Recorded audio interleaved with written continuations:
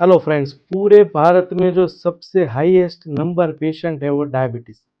आज लेकर मैं टॉपिक आया हूँ doctor Rakesh, what is diabetes और उसको कम कैसे करें। डायबिटीज मतलब ब्लड में शुगर ज्यादा होना। हर शरीर में ब्लड में हमें शुगर चाहिए बाय बर्थ और हम उसका यूज भी करते हैं। बट अगर ये रेंज 150-200 से लेकर बढ़ जाए तो उसको बोलते हैं डायबिटीज। अभी ये जो 150-200 mg पर डेसीलीटर है उसको मैं कैलकुलेट करूँ तो मतलब 1 लीटर ब्लड में 1.5 से 2 ग्राम शुगर, मतलब आधा चम्मच शुगर 1 लीटर में। ड्यू टू सम प्रॉब्लम ये शुगर हाई होता है और ये दो प्रॉब्लम से।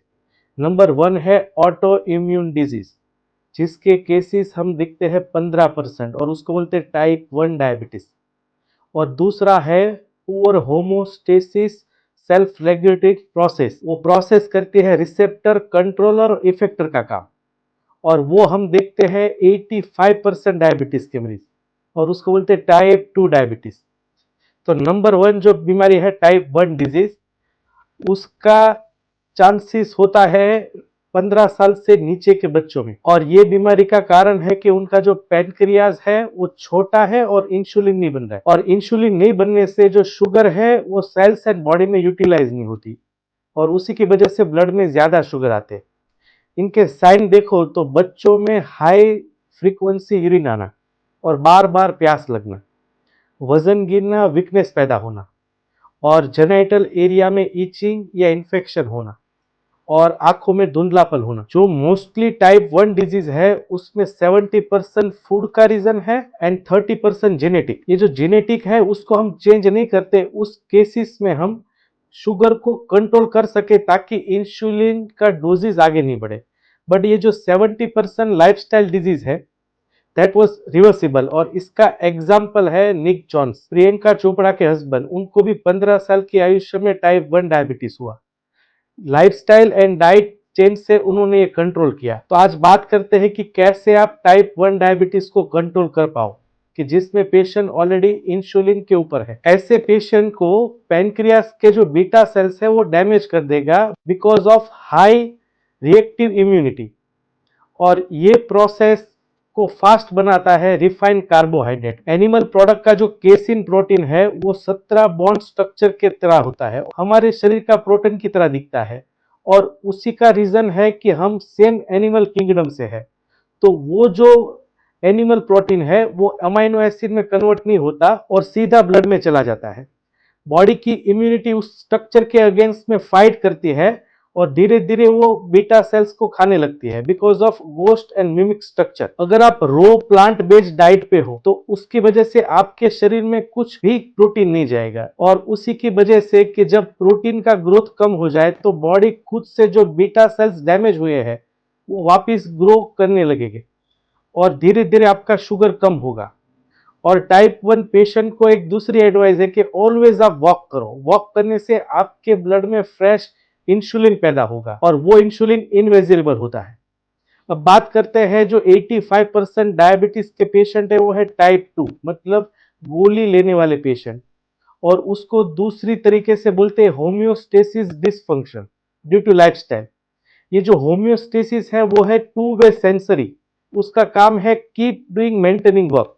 मतलब जब ब्लड में शुगर ज्यादा हो जाए तो वो ग्लाइकोजन में स्टोर करेगा, और ब्लड में जब शुगर कम हो जाए ग्लाइकोजन को यूज करेगा शुगर कन्वर्ट करने में। Due to some genetically poor and less efficient pancreas ये हो सकता है, या फिर पेंडेमिकली, मतलब पूरे वर्ल्ड में बात करें तो ये होम्योस्टेसिस बिगड़ने का काम है फास्ट फूड, स्वीट आइटम, मिठाइयाँ, चाय, coffee, cold drinks, maida, process food, refined carbohydrate, milk product, can juices. ये सारी चीजें ये सेंसर को डैमेज करेगा इतने हद तक कि ये सेंसर ऑलवेज एक ही वे पे काम करेगा कि कांस्टेंट शुगर बढ़ाना। और उसी की वजह से जो ब्लड का फिल्ट्रेशन है वो बिगड़ जाएगा, और वो फिल्ट्रेशन बिगड़ने से जो बॉडी शुगर को फिल्टर कर रही थी वो फिल्टर नहीं करने की वजह से वापस ब्लड में एंटर होता है शुगर। और अगर ये फिनोमिना कांस्टेंट ऐसा ही चलता रहा तो पेशेंट के रिपोर्ट्स में शुगर आएगा नहीं, बट वो फिनोमिना की वजह से वो प्री डायबिटिक स्टेज पे आ जाएगा कि जिसमें ब्लड शुगर रिपोर्ट्स में नहीं है बट फिर भी ये फिल्ट्रेशन खराब है।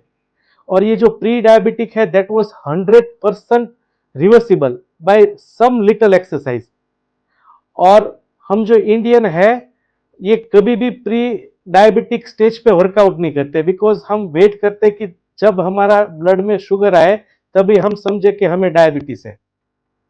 अगर ये हम होम्योस्टेसिस को रिपेयर कर दे विद इन 3 मंथ्स तो diabetic patient become non diabetic. But अगर यही आप होम्योस्टेसिस को रिपेयर नहीं करते हो, सिस्टम डैमेज करते हो, तो बाय द एंड क्या होगा, इंसुलिन रेजिस्टेंट। और ये जो इंसुलिन रेजिस्टेंस है वो रिवर्सिबल है बट टेक मच टाइम। आज शुगर की काफी ऐसी दवाई है कि जो काम करती है कि शुगर को ब्लड में हटा के लीवर में डाल दे और लीवर उसको फैट में कन्वर्ट करे। कुछ दवा ऐसी है कि जो पेनक्रियास के बीटा सेल्स प्रोडक्शन में हेल्प करे। कोई ऐसी दवाई है कि जो फूड से शुगर को कम एब्जॉर्ब करने लगे। कुछ ऐसी दवाई के जो इंसुलिन को कम करे और यूरिन आउटपुट को बढ़ाए। बट ये सभी दवाई का काम है कि शुगर को ब्लड से निकाल के दूसरे सिस्टम में डालो, ना कि इसको कम करो। और उसका एग्जाम्पल मैं शेयर करता हूं। अगर दो पेशेंट है, दोनों का शुगर 200 है। नंबर 1 पेशेंट ने गोली ली और बैठे रहे। नंबर 2 पेशेंट वॉक करने लगे। दोनों का 1 घंटे बाद शुगर नापो तो उसका शुगर दवाई वाले का 150 आएगा, और जिसने दवाई नहीं ली बट वॉक करने गए उसका भी शुगर 150 आएगा। दवाई वालों ने क्या किया कि उनके ब्लड का शुगर उन्होंने किडनी, लीवर या पेनक्रियाज में डाल दिया, और वॉक करने वालों ने अपना शुगर वॉक से कैलोरीज में बर्न कर दिया। I suggest best and efficient diet for diabetes. Number 1, दिन में ऑलवेज 2 बार खाओ। 2 बार के अलावा कभी भी आपको भूख लगे तो ब्लैक टी, ब्लैक कॉफी पियो। कम से कम 30 मिनट चलो और सोलियस पुशअप करो, मतलब सीट के ऊपर बैठे बैठे पांव को एडी से ऊपर करो। ऐसा आप 20 से 30 मिनट करो। जितना हो सके उतना मिल्क प्रोडक्ट और गेहूं की चीज कम करो, और स्वीट फ्रूट्स के जूस अवॉइड करो।